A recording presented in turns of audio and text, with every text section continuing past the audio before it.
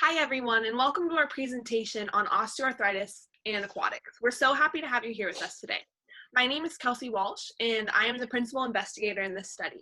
You'll also be hearing from my co-investigators AJ Cirillo, Johnny Lee, and Christine Padua. So just a little background on myself, I have a strong passion for aquatics. I'm an avid swimmer, I played water polo, I coached, I lifeguarded, I was a swim instructor, you name it, I've done it. I truly love the water and believe in that aquatic occupations can be so fulfilling and valuable.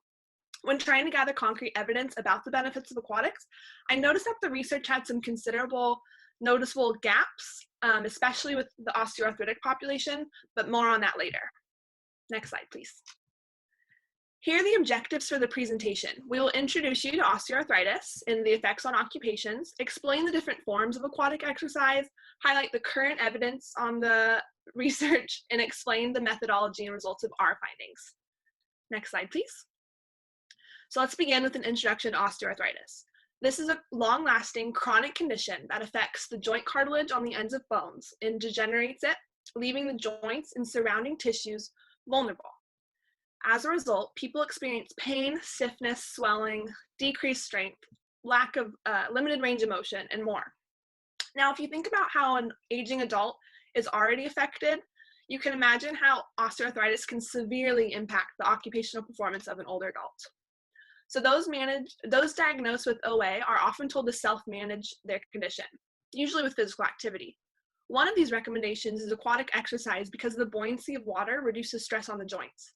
However, there are not yet specific guidelines on what this should look like. Just as there are multiple ways to exercise on land, there are multiple ways to exercise in the water. Just so you have a little background on what this looks like, I'm going to give you a quick description. First of all, there's swimming, which I think many of us know what it looks like. This is going to be the most aerobic. Swimmers are going to use their legs to kick and propel them and their arms to pull. They'll go from one end of the water or one end of the pool to another without taking a break. This form has the least amount of weight bearing. Next, there's water walking. This tends to be the most mild form of aquatic exercise. It is done completely in the shallow end of the pool where people can stand the whole time. Using different speeds or variations of walking, people go back and forth in the shallow end, usually to music. Some examples are going to be like high kick walking, backwards walking, leg swing, or a karaoke step. Finally, there's water aerobics. This is aerobic exercise in the water without swimming. This relies on equipment like weights or flotation belts, submerged steps, pool noodles, and other forms of equipment. So with a variety of water exercise options, we proposed a study to examine the different forms of aquatic exercise and how it affects occupational performance in older osteoarthritic adults. Okay, next slide. So upon reviewing the literature, we realized that there were some noticeable gaps. The first was that the aquatic studies, there are a few that target older adults with musculoskeletal conditions. And so we're planning to expand our research to include them in general. And of the studies involving older adults, most only focus on balance and lower body strength with little regards to occupational engagement. However, this was important to look at because there are many activities of daily living that involve raising from surfaces, which require adequate muscle strength. So we thought it would be helpful to include these measures in our study. And there was one study that looked at ADLs into account, but that population was limited to older Japanese women, and they did not have a control. And they did not also consider pain as an outcome. Knowing that pain is a factor that limits occupations, we thought that this was something to consider. And of the aquatic exercise studies in general, we found that they have examined the effects of frequency on outcomes, but none compare the different forms. Next slide, please. So the purpose of our study was to determine how participation in different forms of aquatic exercises affected occupational performance in older osteoarthritic adults. So we hypothesized that OA was going to affect occupational participation, but we weren't sure how. In order to gain funding for the project, we wanted to see if this intervention would even be of interest. So we created this preliminary and dual purpose survey. The first purpose of the survey was to gain an understanding of the impact of OA, as well as determine the levels of interest for participation in the study. We used 4 theoretical frameworks and models to facilitate in the development of this survey. Methodology. Our survey was conducted using Google Forms and consisted of 7 quantitative and 3 qualitative questions. The beginning 7 questions were designed to gauge interest levels in aquatic exercises, while the last 3 were designed to understand the occupational impact of OA. In order to reach potential participants, flyers were posted at senior citizen centers and various health clinics throughout the community. The survey was also made available to the public via an access link to the online survey posted on relevant healthcare websites. In order to analyze the qualitative data, the responses from the open-ended questions were coded and themed. To increase accuracy and reduce the chance for bias, all of the responses were coded by 4 separate researchers. The codes were placed into 3 main themes based on their prevalence and importance to the study. In analyzing quantitative data, statistical analysis was used. The Spearman's correlation test was chosen to measure the degree of association and correlation between the Likert scale questions. Since all the data in the quantitative section of the survey were ordinal, it was deemed appropriate. The Kruskal-Wallis test was also used to determine if there are any significant differences between the survey responses based on age or gender. Next slide, please. Results. All of the participants either agreed or strongly agreed to the statement, "I am motivated to improve my osteoarthritis." A strong majority, 11 out of 12 of the participants either agreed or strongly agreed, while 1 out of 12 were neutral to the statement, "I see value in group fitness classes."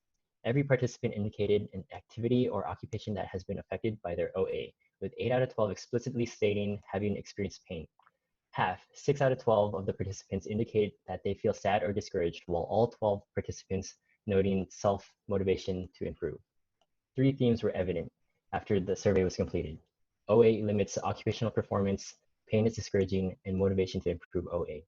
Throughout the questions, responses were made about the variety of occupations that people participated in before their OA, such as gardening, hiking, and caring for pets. Presently, participants stated that they are having trouble taking care of themselves and family members, and have a decrease in physical activity level due to pain, and the desire to get back to the occupations they used to do. Next slide, please. The study had several limitations that should be considered, mainly involving the sample size and participant demographics. Regarding sample size, the survey only had 12 participants, which limits the statistical power of the findings. The survey was designed to learn more about adults who were 65 or older that are living with OA. Given this age, it is possible that people had difficulty accessing the survey due to technological barriers. Also, most of the brochures were distributed at senior centers and nursing homes. Therefore, this survey may only have reached a small percentage of the target population. This survey was designed in and drew its sample from Southern California. Compared to other parts of the nation, this region is known for its warm weather and access to recreational water. We hypothesize that many more people from this area know how to swim and have grown up around the water. Therefore, residents of this region may have a similar perception of aquatics compared to others. In order to gain a more accurate representation of the perception to aquatic exercise, future studies should include a broader sample size that draws from diverse areas. Another limitation of the study involves participant diagnosis. After coding data, researchers realized that some of the participants who answered the survey indicated they had OA of the upper extremities. However, the main focus of the study was OA affecting the hip or knee. In future studies, it will be wise to adjust wording in the survey or cover letter to provide more clarity. Overall, the results from this study may not be a true representation of the population being studied. However, the survey still generated useful information of this population. The most common theme found is that the majority of participants believe OA has significantly impacted their occupations. Most participants reported that they either have difficulty engaging in or have chosen not to engage in their meaningful occupations, mainly due to reports of pain and discomfort. The majority of the participants reported that OA has prevented them from engaging in certain activities that they would like to get back to. This supports the finding that all participants in the survey agreed that they were motivated to improve their OA. Results from the Kruskal-Wallis test show that there is no significant difference in the level of responses based on age and gender, which suggests that the reported demographics did not influence the results of the study. The results from the Spearman's correlation tests showed that there were strong positive correlations between survey items that addressed positive attitudes to group fitness classes and aquatics as a mean to exercise, and a moderate positive correlation between survey items that address positive attitudes to aquatics as a means of exercise and general comfort being in aquatic settings. Based on the results, it appeared that most participants saw the value in water exercise and were open to the idea of the intervention to improve their occupational performance. Therefore, there is strong evidence to carry out the proposed study. Since there is not a lot of literature that compares different types of aquatic interventions and their effects on OA and its impact on occupational performance and engagement, this study will contribute to creating evidence-based guidelines for exercise for osteoarthritis in older adults. And that concludes our presentation. Thank you.